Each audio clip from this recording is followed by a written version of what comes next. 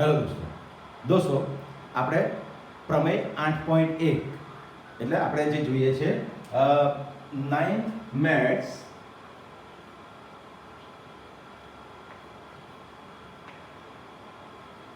Chapter 8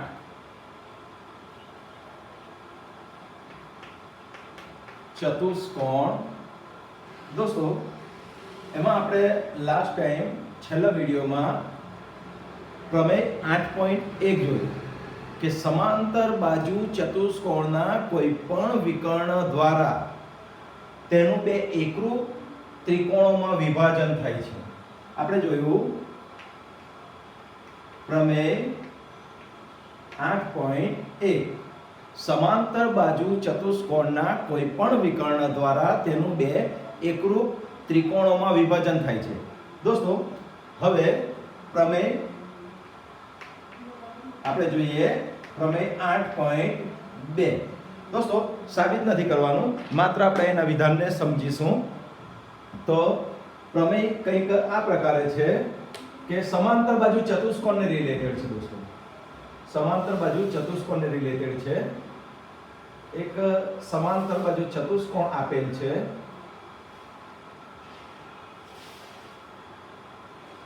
આ સમાંતર બાજુ ચતુષ્કોણ છે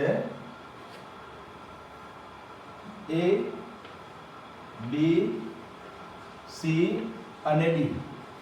તો સમાંતર બાજુ ચતુષ્કોણ ABCD માં AD અને BC ના માપ સરખા હોય, AB અને CD ના માપ સરખા હોય. એટલે પ્રમેય 8.2 કઈ કેવું કહે છે કે સમાંતર બાજુ ચતુષ્કોણની સામસામેની બાજુઓના માપ સરખા હોય છે. એટલે પ્રમેય 8.2 મુજબ લખી શકાય. તો દોસ્તો સમાંતર બાજુ ચતુષ્કોણને આપણે કઈ સંજ્ઞા દ્વારા દર્શાવીએ? ચતુષ્કોણ, એની ઉપર એમ લખીશું તો આને કહેવાય સમાંતર બાજુ ચતુષ્કોણ. તો સમાંતર બાજુ ચતુષ્કોણ ABCD માં AB બરાબર CD તથા AD બરાબર BC. સમાંતર બાજુ ચતુષ્કોણની સામસામેની બાજુઓના માપ સરખા હોય છે. ઓકે દોસ્તો, ત્યાર પછી આપણે પ્રમેય 8.3 જોઈએ. દોસ્તો પ્રમેય 8.3 એ પ્રમેય 8.2 નું પ્રતીક છે. પ્રમેય 8.2 કંઈ કેવું કહે છે કે સમાંતર બાજુ ચતુષ્કોણની સામસામેની બાજુઓના માપ સમાન હોય છે. હવે પ્રમેય 8.3 એનું પ્રતીક છે. પ્રમેય 8.3 કંઈક એવું કહે છે કે જે ચતુષ્કોણની સામસામેની બાજુઓની બંને જોડના માપ સરખા હોય તે ચતુષ્કોણ સમાંતર બાજુ ચતુષ્કોણ છે. એટલે પ્રમેય 8.2 નું આ પ્રતીક પ્રમેય છે. ઓકે દોસ્તો, ત્યારબાદ આપણે વાત કરીએ પ્રમેય 8.4. પ્રમેય 8.4 કંઈ કેવું કહે છે કે સમાંતર બાજુ ચતુષ્કોણના સામસામેના ખૂણાના માપ સરખા હોય છે. એટલે સમાંતર બાજુ ચતુષ્કોણ ABCD માં ખૂણો A બરાબર ખૂણો C તથા ખૂણો B બરાબર ખૂણો D. સમાંતર બાજુ ચતુષ્કોણમાં સામસામેના ખૂણાના માપ સમાન હોય છે. ઓકે દોસ્તો, પ્રમેય 8.5 પ્રમેય 8.5 એ પ્રમેય 8.4 નું પ્રતીક છે. પ્રમેય 8.5 એ પ્રમેય 8.4 નું પ્રતીક. પ્રમેય 8.4 શું કહે છે? સમાંતર બાજુ ચતુષ્કોણના સામસામેના ખૂણાના માપ સમાન હોય છે. તો પ્રમેય 8.5 કંઈ કેવું કહે છે? જે ચતુષ્કોણના સામસામેના ખૂણાના માપ સમાન હોય તે ચતુષ્કોણને સમાંતર બાજુ ચતુષ્કોણ કહે છે. એટલે એવું આપેલું હોય કે આ ચતુષ્કોણ છે, તેમાં ખૂણો B અને ખૂણો D ના માપ સરખા છે, ખૂણો A અને ખૂણો C ના માપ સરખા છે. તો આ ચતુષ્કોણ કેવો ચતુષ્કોણ હોય? સમાંતર બાજુ ચતુષ્કોણ હોય. ઓકે, એટલે આમાં શું લખી શકાય? જો ખૂણો A બરાબર ખૂણો C તથા ખૂણો B બરાબર ખૂણો D, તો ચતુષ્કોણ ABCD समांतर बाजू चतुष्कोण छे। ओके, ત્યારબાદ દોસ્તો પ્રમેય 8.6 પ્રમેય 8.6 પ્રમેય 8.6 કંઈક એવું કહે છે કે સમાંતર બાજુ ચતુષ્કોણના વિકર્ણો પરસ્પર દુભાગે છે। સમાંતર બાજુ ચતુષ્કોણના વિકર્ણો પરસ્પર દુભાગે છે। તો દોસ્તો આપણે શું કરીશું? અહીં આપણે સમાંતર બાજુ ચતુષ્કોણ દોરેલો છે, તેના વિકર્ણો દોરીએ છે। આપણે પહેલો વિકર્ણ દોરી દઈએ AC, અને એનો બીજો વિકર્ણ દોરી દઈએ આપણે દોસ્તો B। તો તેઓ બંનેનો છેદ બિંદુ O લઈએ તો અહીં આ BD જે છે એ AC ને બે સરખા ટુકડામાં વહેંચી દેશે, OA બરાબર OC, અને આ AC છે તે BD ને બે સરખા ટુકડામાં વહેંચી દેશે, OB બરાબર OD। એટલે સમાંતર બાજુ ચતુષ્કોણના વિકર્ણો પરસ્પર દુભાગે છે। ત્યાર પછી પ્રમેય 8.7 પ્રમેય 8.7 એ પ્રમેય 8.6 નું પ્રતિપ્રમેય છે। પ્રમેય 8.6 નું પ્રતિપ્રમેય। પ્રમેય 8.6 શું કહે છે? સમાંતર બાજુ ચતુષ્કોણના વિકર્ણો પરસ્પર દુભાગે છે। તો આ પ્રમેય શું કહેશે કે જે ચતુષ્કોણના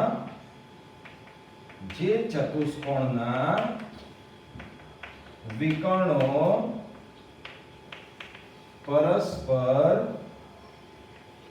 દુભાગે તે ચતુષ્કોણ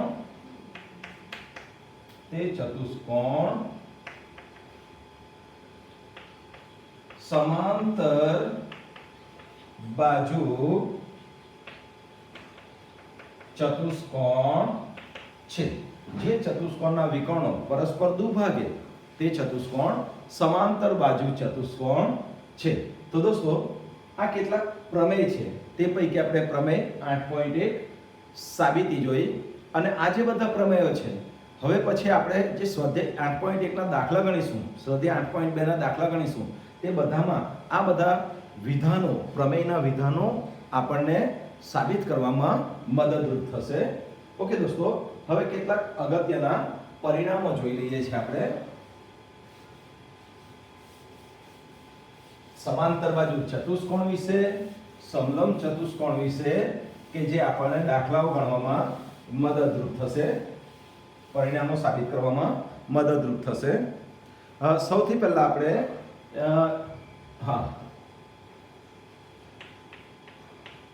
કેટલાક અગત્યના પરિણામો। ઓકે દોસ્તો, સૌથી પહેલું પરિણામની આપણે વાત કરીશું, અને તે છે સમલંબ ચતુષ્કોણ પર આધારિત। આ હું એક સમલંબ ચતુષ્કોણ દોરી દઉં છું દોસ્તો। આ સમલંબ ચતુષ્કોણ છે ABCD। આપણે સમલંબ ચતુષ્કોણને જાણીએ। સમલંબ ચતુષ્કોણ એટલે કેવો ચતુષ્કોણ? જે ચતુષ્કોણની સામસામેની બાજુઓની એક અને માત્ર એક જ જોડ સમાંતર હોય તેવા ચતુષ્કોણને સમલંબ ચતુષ્કોણ કહેવાય। તો આ છે સમલંબ ચતુષ્કોણ ABCD। દોસ્તો, સમલંબ ચતુષ્કોણ ABCD માં આપણે કહીએ રેખાખંડ AB સમાંતર રેખાખંડ CD છે। તો દોસ્તો આ AB અને CD સમાંતર છે અને તેની છેદિકા છે AD। તો AB સમાંતર CD ની છેદિકા AD થી રચાતા આ બંને ખૂણા જે છે એ બંને ખૂણા છેદિકાની એક જ તરફના અંતઃકોણો થશે. એ જ રીતે AB સમાંતર CD ની છેદિકા BC થી રચાતા આ બંને ખૂણાઓ પણ છેદિકાની એક જ તરફના અંતઃકોણો થશે. તો આપણે કહીએ માટે ખૂણો A વત્તા ખૂણો D બરાબર 180 તથા ખૂણો B વત્તા ખૂણો C બરાબર 180. આપણે એના માટે લખી શકીએ સમાંતર રેખાઓની છેદિકાથી રચાતા એક જ તરફના અંતઃકોણો છેદિકાની એક જ તરફના અંતઃકોણો. તો આપણું પ્રથમ પરિણામ અગત્યનું પરિણામ કે સમલંબ ચતુષ્કોણમાં સમાંતર ન હોય તેવી બે બાજુઓ જે છે તે પાસે રચાતા ખૂણાઓની બંને જોડ પૂરક કોણો રચે છે, એટલે કે તેમના માપનો સરવાળો 180 થશે. ઓકે દોસ્તો, બીજું પરિણામ જોઈએ. તો બીજું પરિણામ એ સમાંતર બાજુ ચતુષ્કોણ પર આધારિત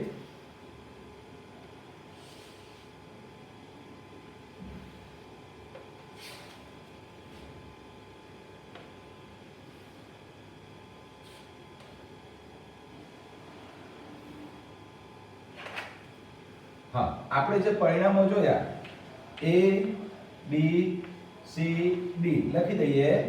ચતુષ્કોણ ABCD એ સમાંતર બાજુ ચતુષ્કોણ છે. તો શું હોય? રેખાખંડ AB સમાંતર રેખાખંડ CD હોય, AB સમાંતર CD હોય, સાથે સાથે રેખાખંડ AD સમાંતર રેખાખંડ BC હોય. AD અને BC પણ સરખા હોય, સમાંતર હોય. પછી AB બરાબર CD હોય તથા AD બરાબર BC પણ હોય તથા ખૂણો A બરાબર ખૂણો C હોય અને ખૂણો B બરાબર ખૂણો D પણ હોય. વળી દોસ્તો એના વિકર્ણો વિશે પણ જાણીએ. એના વિકર્ણો પરસ્પર દુભાગે. તો આપણે વિકર્ણ AC દોરી દઈએ અને એક બીજો વિકર્ણ દોરી દઈએ અને તે છે વિકર્ણ BD. તો અહીં આપણે કહીએ તેઓ એકબીજાને O માં છેદે. તો OA અને OC ના માપ સરખા થશે, OD અને OB ના માપ સરખા થશે. તો સમાંતર બાજુ ચતુષ્કોણની વાત કરી. ત્રીજું પરિણામ દોસ્તો આપણે સમાંતર બાજુ ચતુષ્કોણ પર આધારિત જ જોઈશું. તો સમાંતર બાજુ ચતુષ્કોણ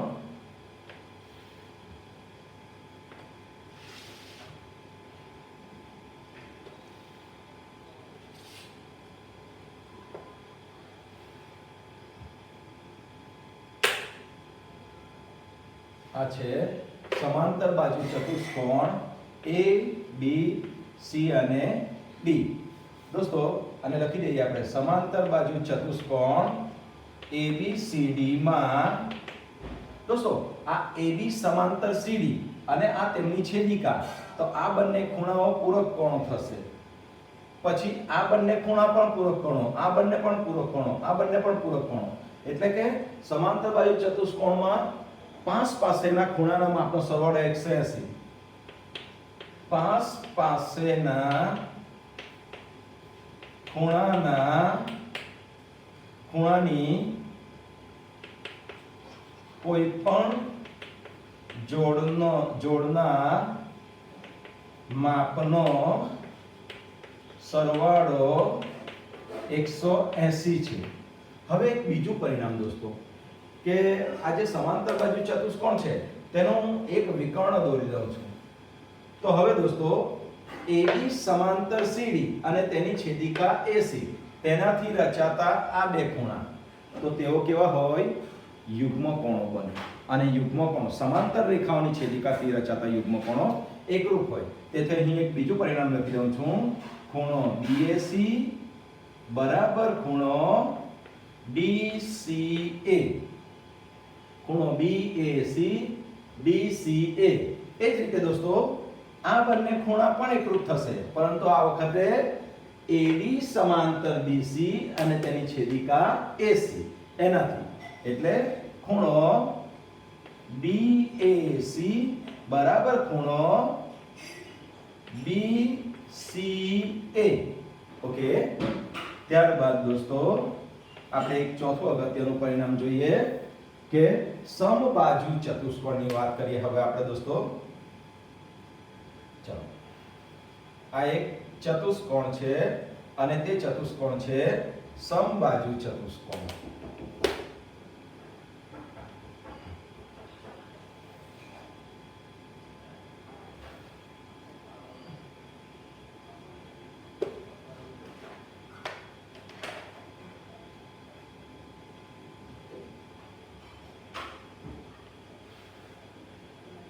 આ એક સમબાજુ ચતુષ્કોણ છે. સમબાજુ ચતુષ્કોણ ABCD. સમબાજુ ચતુષ્કોણ ABCD માં જો સમબાજુ છે ને એટલે એની AB BC CD અને AD બધી બાજુના માપ સરખા. તો સમબાજુ ચતુષ્કોણના વિકર્ણો પરસ્પર દુભાગે તો ખરા જ દોસ્તો, પરંતુ માત્ર દુભાગે નહીં. કેવી રીતે દુભાગશે? કાટખૂણે દુભાગે. સમબાજુ ચતુષ્કોણના વિકર્ણો